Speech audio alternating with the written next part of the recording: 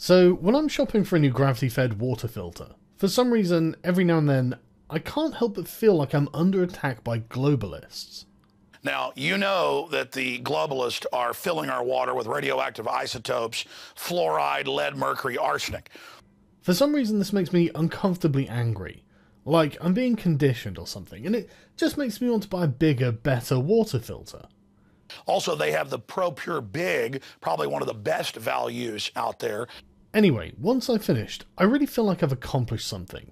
I'll be damned if I'm just going to sit here and let the globalists poison me and my family. I have a duty, a responsibility, to get rid of this brainwashing. Ah! Ah! We know we're under attack! We know it! We're breaking the conditioning! But then the humble merchant promoting his excellent wares will say something really out there, like, I don't like them putting chemicals in the water that turn the friggin' frogs gay! And I'm just like, why the fuck would the globalists want gay frogs? I mean, a part of me knows that it's part of an organised campaign to save the Earth by depopulating the planet of humans using the gay agenda. Yeah, there it is, the gay bomb. Look it up for yourself. So I did. I went out of my way to do Young Turk's level of research by going to Google and typing in, "Are the globalists turning the frogs gay?" It's exactly what I thought. Google confirms they are turning the frogs gay. I couldn't believe that gay frogs was such big news, so I opened up a Healthy Living blog to find out more. They had an article titled, "What do gay frogs tell us about our water and ourselves?" They say they find themselves puzzled by recent scientific findings about the influence of endocrine disruptors on sexual behaviour in male South African claw frogs, after being exposed in a laboratory environment to EPA-approved levels of atrazine, the second most commonly used herbicide in the US, as well as a fairly common endocrine disruptor found in water supplies. These male frogs underwent significant change in behaviour. The frogs exposed to the atrazine, as opposed to the control group who weren't, started exhibiting distinct homosexual behaviour.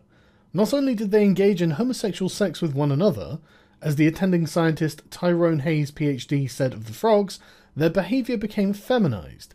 To be clear, they didn't just behave like females, but actually started producing eggs, which, fertilised by normal male frogs, produced male offspring.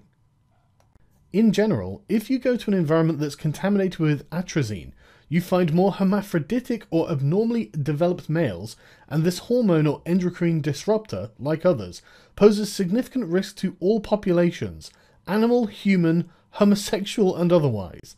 So naturally I thought to myself, well, these sound like conspiracy theorists. So I decided to look at the study myself and see what the frog scientists had to say about it. Atrazine induces complete feminization and chemical castration in male African clawed frogs. And I was like, well, that's exactly what the globalists want. I had a look at the abstract. Atrazine-exposed males were both demasculinized, chemically castrated, and completely feminized as adults. 10% of the exposed genetic males developed into functional females that copulated with unexposed males and produced viable eggs. I was gobsmacked. They're not just turning the frogs gay, they're turning the frogs trans. The humble merchant didn't go far enough. Atrazine-exposed males suffered from depressed testosterone, decreased breeding gland size, demasculinized feminized laryngeal development, suppressed mating behavior, reduced spermatogenesis, and decreased fertility. And I thought to myself, where have I seen all of that before? I need feminism because in a world governed by the current gender roles applied to men and women, I would not be very successful at that. If all of a sudden I found myself time-traveled back into the 1950s, being married with 2 kids, having to provide for the family, having to make all the decisions completely for everyone in the house, oh god, I would not do well at that at all. I'm shy, I'm passive, I'm definitely not good at making decisions for other people. That would be bad news bears. And then I just thought, holy shit, there it is. Literal proof that we're under attack by globalists.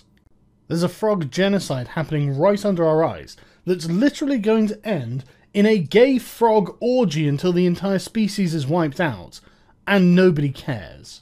No wonder Alex Jones is so angry. He's just an environmentalist. I think my testosterone's going up. This happens every time I start working out a lot again. And Swam 2 miles this morning pretty hard and ate a big fat steak last night. It's full of hormones, testosterone on its own right. So I'm going a little bit wild today, excuse me.